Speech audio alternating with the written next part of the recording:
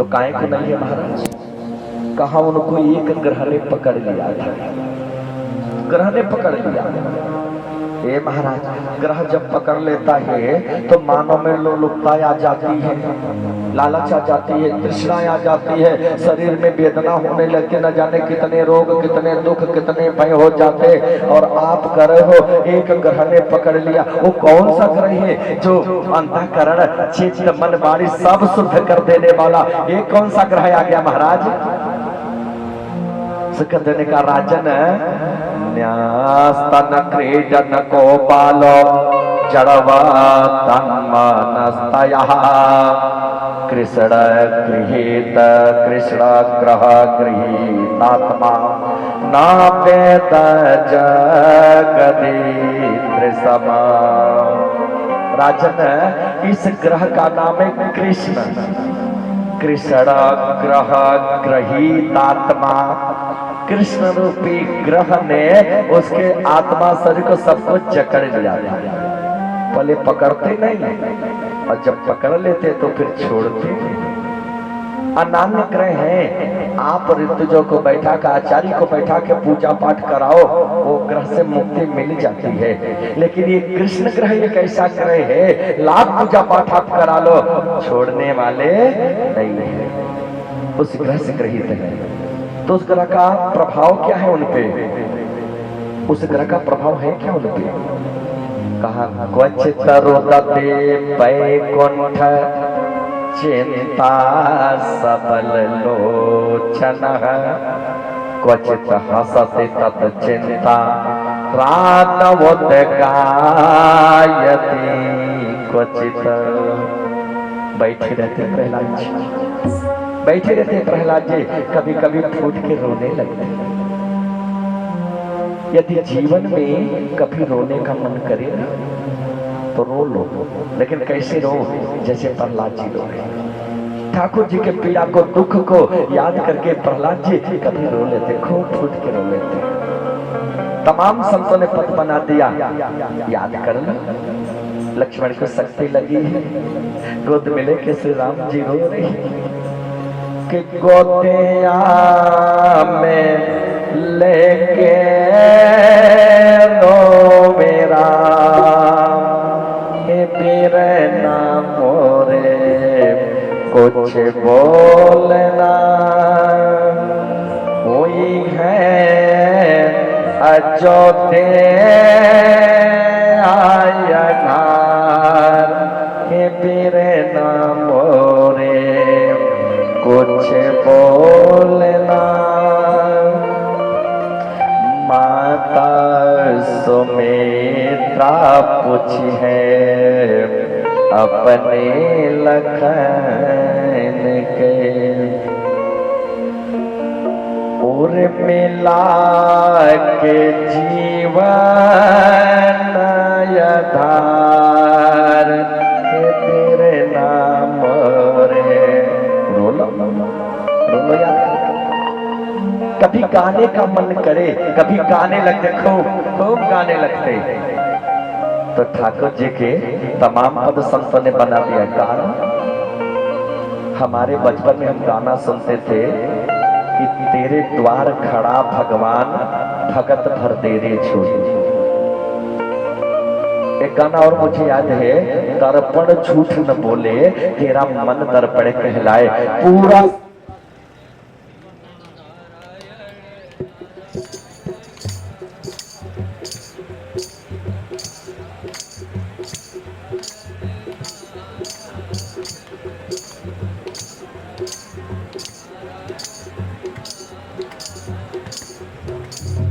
पूरा शंकराचार्य का खाटी सिद्धांत भर दिया इसमें। दर्पण झूठ न बोले तेरा मन दर्पण कहलाए। शंकराचार्य का पूरा खाटी सिद्धांत है इसमें। इससे ये पता चलता है कि पहले के लोग जो फिल्म उद्योग वाले हैं ना, पहले के लोग धर्म से जुड़े होते थे। अब तो गाना आ गया ना, अखियों से गोली मारी, न जाने कौन सा खंड डाला, इतना विभत्स गाना बजता। तो कभी गाने का मन कर तो कुत्सित गाना को मत गाओ, कुत्सित गाना न सुनो, दोष लगता है। कुछ गाना श्रवण करोगे, मन में कामना जागेगी, तब किसी का पहचान नहीं कर पाओगे, पतन हो ही जाएगा। और वही हम कर डीजे में कभी हमने विवाह में किसी उत्सव में भजन बजते नहीं सुना, गंदा से गंदा गाना, और वो भी भोजपुरी आए हैं ना, इतना वो हमारे घर की बहू बेटिया जो छलांग लगा के नाचती ना, न बजाने वाले को शर्म, न बजवाने वाले को शर्म, न नाचने वाले को शर्म। इसलिए गाने का मन करे तो संतों ने तमाम पद बना दिया है गानों। तो प्रहलाद जी कभी दुख को याद करके रोने लगते, कभी गाने लगते, कभी नाचने लगते वो, और कभी कभी हंसने लगते, खिलखिला के ताली बजा के उनके बाल चरित्र को याद करके हंसने लगते, कभी दौड़ने लगते, पागलों जैसी वृत्ति। गुरुकुल में पढ़ रहे हरियाणा कसब विश्वविद्यालय चल रहा, जहां छल कपट की ही विद्याएं सिखाई जाती है। उसके प्रधानाचार्य शुक्राचार्य महाराज हैं, उसमें के अध्यापक संदा और अमर, ये दोनों वहां के अध्यापक हैं। एक दिन पिताजी ने जब घर पे बुलवाए, आए, मैया ने खुश श्रृंगार किया, स्नान कराई, वस्त्र पहनाई, माला पहनाई, काजल लगा दी, बाल छाड़ दिए, संवार दिए।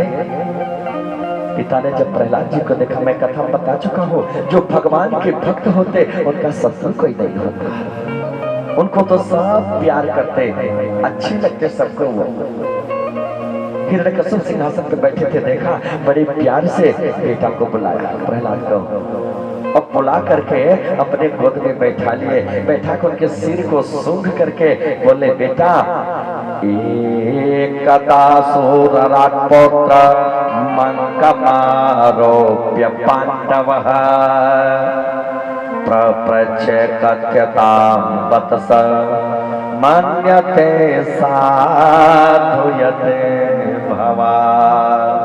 ये परिचय अंक में बैठा करके सर सहलाते हुए बड़े प्यार से पूछा, बेटा आज तक जो अपने गुरुकुल में, स्कूल में तूने सबसे अच्छी विद्या पढ़ी है वो मुझे बताओ ना। प्रहलाद जी प्रसन्न हो गए, कहा पिताजी बता मैं, हाँ बेटा बताओ। प्रहलाद जी ने कहा, पिताजी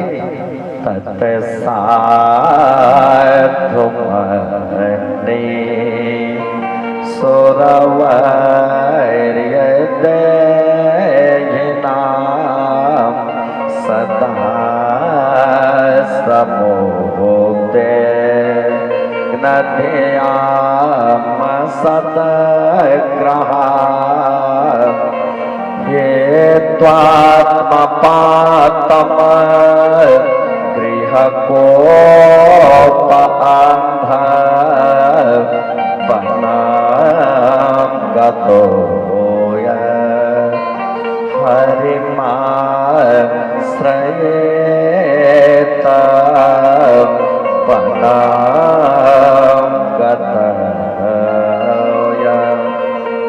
पिताजी ये संसार एक अंधा कुआं है, इस अंधे कुएं में अंधा को मार्ग दिखाने वाला अंधा चल रहा है, सब अंधे कुएं में गिर रहे हैं। एक बार 4-5 अंधा जा रहे थे, और जा रहे थे, जाते जाते मार्ग में बढ़ते जा रहे, आगे एक कुआं था, कुआं था, टटोलते टटोलते अंधा लोग चलते, कुआं था। अब सब खड़े हो गए कुआं के सामने। पीछे वाला अंधा पूछता है, भैया रास्ता तो सही है ना, ठीक ठाक तो है ना। अब आगे वाला अंधा बोला, हाँ हाँ रास्ता ठीक है, आओ बढ़ो आगे सब लोग। अब आगे वाला अंधा जब आगे बढ़ा तो ग्राम ने कुआं में चला गया, और जब कुआं में चला गया, धम की आवाज, भाई 3 ठो खड़े हो गए। ए भैया आवाज कैसी रही, ये आवाज कैसी है, रास्ता ठीक ठाक तो है ना। अंदर जो कुआं में गिरा है बोला, हाँ हाँ रास्ता ठीक ठाक है, बढ़ो चलो आगे आओ। अब सब आगे बढ़े, तब से दूसरा गिरा, फिर आवाज आई, 2 ठो खड़े हो गए। ए भैया आवाज फिर कैसी हुई। तो दूसरा अंधा जो गिरा था ना, वो सोचा ये दुष्ट जब हमें नहीं बताया तो हम इनको काहे को बतावे। कहा ठीक है रास्ता, आ जाओ। इसी तरह चारों अंधा कुआं में चले गए। तो पिताजी अंधे को मार्ग बताने वाला अंधा ही है, सब अंधकूप में गिर रहे हैं। उतरम भर सोई नीत सिखावे, केवल यहाँ ईर्ष्या द्वेष जीविकोपार्जन की नीति की शिक्षा दी जा रही है, शरीर के कल्याण की शिक्षा दी जा रही है, लेकिन आत्म कल्याण की शिक्षा नहीं दी जा रही पिताजी। इसलिए मेरा ऐसा मानना है कि इस अंधकूप रूपी गृहस्थ को छोड़ करके बना का तो यद हरे माश्रय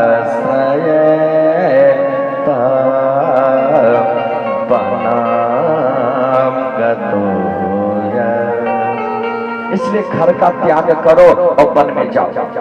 वन में जाकर के मेरी ऐसी इच्छा है, ऐसा मानना है, ऐसा मत है कि हरि उन पाप ताप संताप हरण करने वाले उन हरि के नारायण के चरणों का आश्रय ले लेवे, इसमें हर प्रकार से कल्याण जो का हो जाएगा।